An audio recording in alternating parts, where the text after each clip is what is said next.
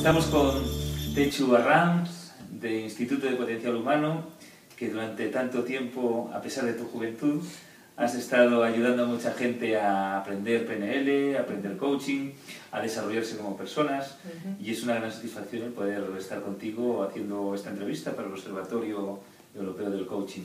Gracias, Daniel. Gracias a ti. Y bueno, como decíamos, como ya hemos comentado, hemos pensado que era bueno conocer lo que nos puedes contar sobre el coaching. Te vamos a preguntar sobre Robert Dilts y también sobre el Camino de Santiago, que eres una gran especialista y mucha gente no lo sabrá. Entonces, dentro del coaching, me gustaría saber cuál es tu punto de vista del coaching, desde toda tu experiencia. ¿Cómo estás aplicando el coaching? ¿Qué es para lo que principalmente estás viendo que puede ayudar? Bueno, para mí el coaching realmente es una metodología de revelación. Una metodología de revelación de hacer las cosas desde el construir. Y creo que no es solo una técnica, que a los que muchos nos dedicamos profesionalmente, sino también es un estilo de conversación, un estilo de vida, en el que yo solo sé que no sé nada de ti. Y yo te pregunto para que tú me cuentes y también a la vez tú mismo sepas qué quieres y qué es importante para ti. Realmente es un cambio de foco muy importante, porque no es yo soy el ólogo, el peuta, el lista. No. Yo soy el que facilita y tú ya lo tienes todo.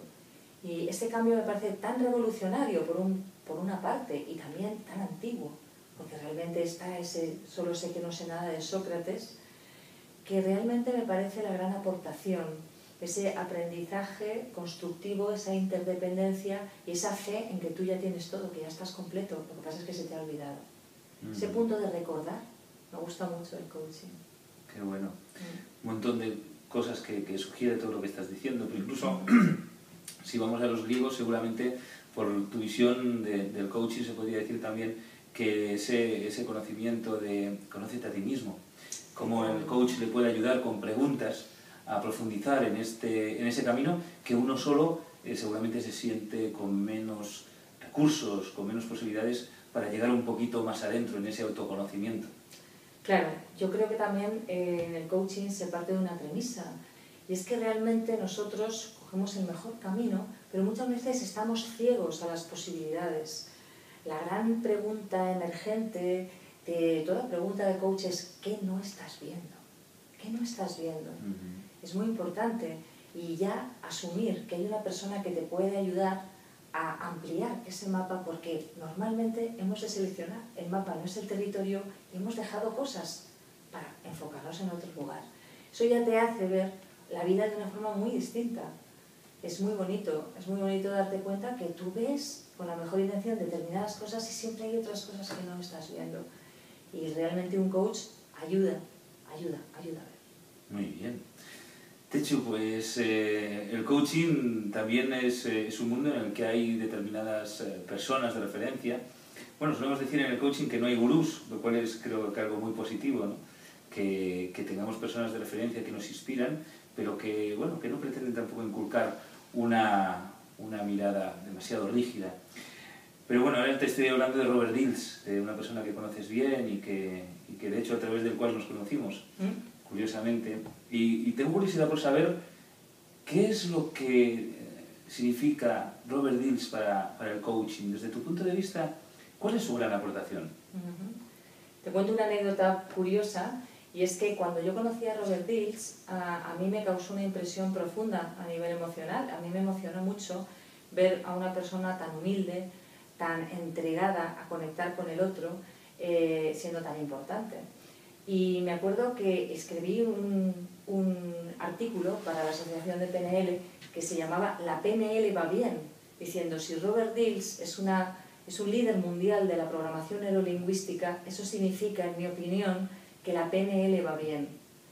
Entonces recuerdo que puse una cita de una canción de Silvio Rodríguez que decía: en la alegría de usted descubrí mis certezas y el mundo me parece que empieza. Qué bonito. Porque él transmite una alegría sencilla, una alegría de vivir de niño, realmente te transmite una exploración de todo, un asombro, un disfrute de cada cosa, un disfrute de cada ejercicio, una entrega, una ausencia de importancia personal, una capacidad tan increíble cuando hace ejercicios en una sala con 200 personas, de tener la sensación de que estás solo con él y que hay infinitas posibilidades, que me parece absolutamente fabulosa. Realmente es una persona que consigue, con su mirada, con su presencia, con su atención plena, recordarte todas tus certezas. Qué bueno. Los ojos inocentes te hacen recordar las certezas, sí. Te hacen ver muchas posibilidades, que a veces el tiempo nos condiciona, o las experiencias nos condicionan a reducir la mirada, ¿no? A ser más rígidos. Esa flexibilidad que también tenemos con los 5 ritmos, que tú conoces también, ¿no? Esas claro. distintas versiones que podemos tener. Robert también, bueno, su mujer Débora es una profesora, una formadora oficial de 5 ritmos, y eso es otra de las cosas que a mí me gusta mucho de Robert, que no es solo mente, sino es mente, cuerpo, emoción, esencia, entorno. Maneja muy bien sus 5 inteligencias y le ves también, ¿no?, que todo lo que dice lo siente en el cuerpo, que lo vive, y da mucha importancia al ritmo, da mucha importancia al baile, da mucha importancia al centramiento, da mucha importancia a estar aquí, ahora, en el cuerpo, fluir, estar ahí, en el cuerpo, con las sensaciones. Es otra de las cosas. Y luego ya verle bailar los 5 ritmos y bailarlos con él, que muchas veces los hace en sus cursos, es un honor. Sí, bueno, yo pienso que es mejor coach que bailarín, pero bien. Sí, es verdad, pero a la vez es la pasión. Eso es. Porque yo creo que para bailar no necesitas ser buen bailarín, sino tener la intención de expresar tus emociones a través del movimiento, ¿no? Y él realmente está entregado. Luego ya en cuestión de especialización, su mujer realmente tiene unos movimientos preciosos, son un buen equipo. Sí, la verdad que son personas ambas admirables, sí. Débora y Robert, y seguirán siendo una inspiración que todos seguiremos. Y te quería pues preguntar sobre estos... este acercamiento que tú tienes hacia notar, hacia percibir cómo el Camino de Santiago nos ayuda en ese descubrimiento interior. Y yo te diría, de estas experiencias que has tenido en el Camino de Santiago, ¿cómo podrías describir el efecto del Camino de Santiago en el descubrimiento interior de cada uno de los caminantes? Pues, en primer lugar, gracias al Camino de Santiago, yo lo hice por primera vez hace muchos años, hace 25 hice el primero. Yo me he dado cuenta que tengo una actitud vital completamente distinta. Yo creo que cambié mi actitud vital, como dice un gran amigo mío, Satish Kumar, que también escribe a veces sobre peregrinar. Cambié mi actitud de ser una turista en la vida a ser una peregrina. Es decir, peregrinar en el Camino de Santiago me hizo sentir que no quería ser turista de la vida, irla visitando como si fuera viendo cosas que no eran mi casa. De repente me sentí peregrina de este misterio que es la vida, en un viaje de sabiduría. Entonces realmente yo ahora, y gracias al camino, vivo mis días como si estuviera en una etapa del camino. ¿Y dónde voy? Al final de la tierra cada día. Entonces realmente a mí me ha aportado esa sensación de camino de transformación, esa sensación incluso de confiar en la magia que ocurre siempre en el camino, que cuando tienes sed a veces aparece alguien con una cantimplora, o cuando de repente está desesperado aparece un portugués y te cuenta un chiste. Pasan cosas mágicas, y yo tras el camino aprendí a confiar en que tal vez si abría los ojos en el día a día también habría muchas cosas mágicas, y así fue. En cuanto lo creí, lo creé. Entonces a mí me encanta ese transitar la vida como si fuera una peregrina todos los días. Fenomenal. El Camino de Santiago, que ya has hecho varias veces, que te han acompañado personas en experiencias realmente fuertes que les has proporcionado con este soporte del camino. Claro, para mí fue un camino, el Camino de Santiago fue un camino de retorno. Fue un camino de retorno hacia mí misma. Yo en el camino fui perdiendo la reputación, fui perdiendo las tonterías, fui perdiendo el ego, fui mandando a casa kilos de la mochila. y cuando llegué al camino me parecía mucho más a mí misma, mucho más. Entonces realmente me pareció un camino de retorno a lo esencial, un camino de retorno a los grandes valores internos cuando has sudado todas las tonterías, ¿no? Cuando realmente te quedas con lo que merece la pena, cuando has tenido suficientes dificultades como para darte cuenta de que hay 1000 cosas en las que dedicamos tiempo que no tienen sentido. Eso te lo da el camino, te dan las dificultades. Y también eso te da una relación con las dificultades muy distinta cuando vuelves. Claro. Porque de repente en el camino te pierdes. Dices, pero ¿cómo me puedo perder en este pueblo? ¿Cómo me puedo perder en este bosque? ¿Pero dónde estaban las flechas? Hay muchos momentos realmente de desorientación, o hay momentos de enfado, o hay contigo mismo, con otros, etc. Y luego se va resolviendo, y adquieres unas perspectivas más amplias que luego son trasladables a tu vida. Y has conseguido hacer la hazaña de ese camino del héroe, ¿no? Ese camino del héroe que está muy reflejado en todo camino iniciático, ¿no? En el que te encuentras a ti misma, tienes una llamada, comenzar un camino, encuentras un poco de intención y en el camino empiezas a encontrar los diablos, encuentras tus ángeles, encuentras tus mentores, encuentras tus cambios de estado para seguir adelante cuando hay obstáculos.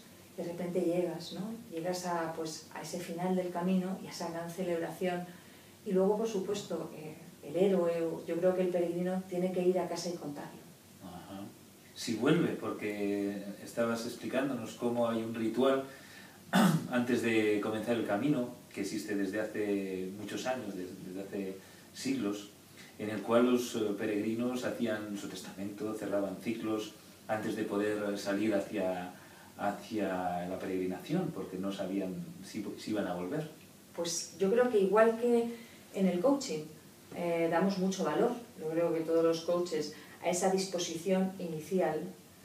Robert Dills, por ejemplo, ese estado coach, ese coach con C mayúsculas, que es lo que tú me decías antes, para mí la diferencia de Robert Dills en su coaching es querer generar el estado de coach con C mayúsculas, que es un estado centrado, abierto, despierto, conectado con las cosas importantes, que es lo que es y no puede ser otra cosa, ¿no? Entonces, realmente la disposición del caminante es muy importante.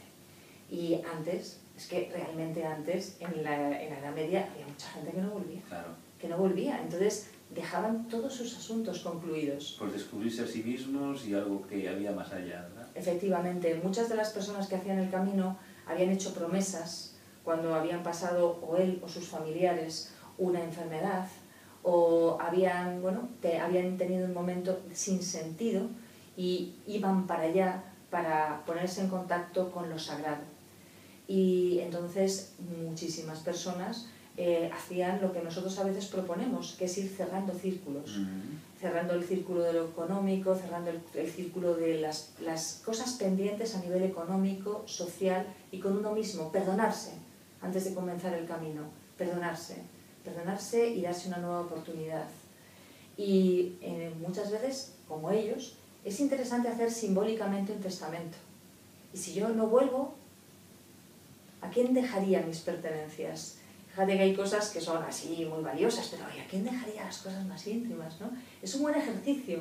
Es un buen ejercicio porque te pone en una tesitura de empezar algo nuevo muy ligero de equipaje. Entonces realmente te predispone a vivir el camino de diferente forma. Y antes eso era de verdad, claro. Porque mucha gente perdía la vida. Qué bueno, menuda perspectiva y bueno, es realmente inspirador. Yo me voy a hacer el camino ya. El camino a mí me parece uno de los... Teniendo aquí en España un camino tan importante que viene gente de todo el mundo, creo que todo español lo tendríamos que hacer al menos una vez y caminando. Yo creo que caminando para sentir cada etapa, para sentir cada lugar que tiene su pequeña enseñanza, su pequeño recurso, su pequeña magia, su símbolo en la arquitectura sagrada. Y la verdad es que a mí me parece que es una de las experiencias más enriquecedoras que tenemos aquí al alcance de la mano. Muy bien. Pues Techu, muchísimas gracias. La verdad que escucharte es todo un placer. Te seguiría preguntando, pero creo que no vaya a ser que se aburran mucho los que están viéndolo en internet. Estoy seguro que todos lo van a disfrutar muchísimo. Muchas gracias.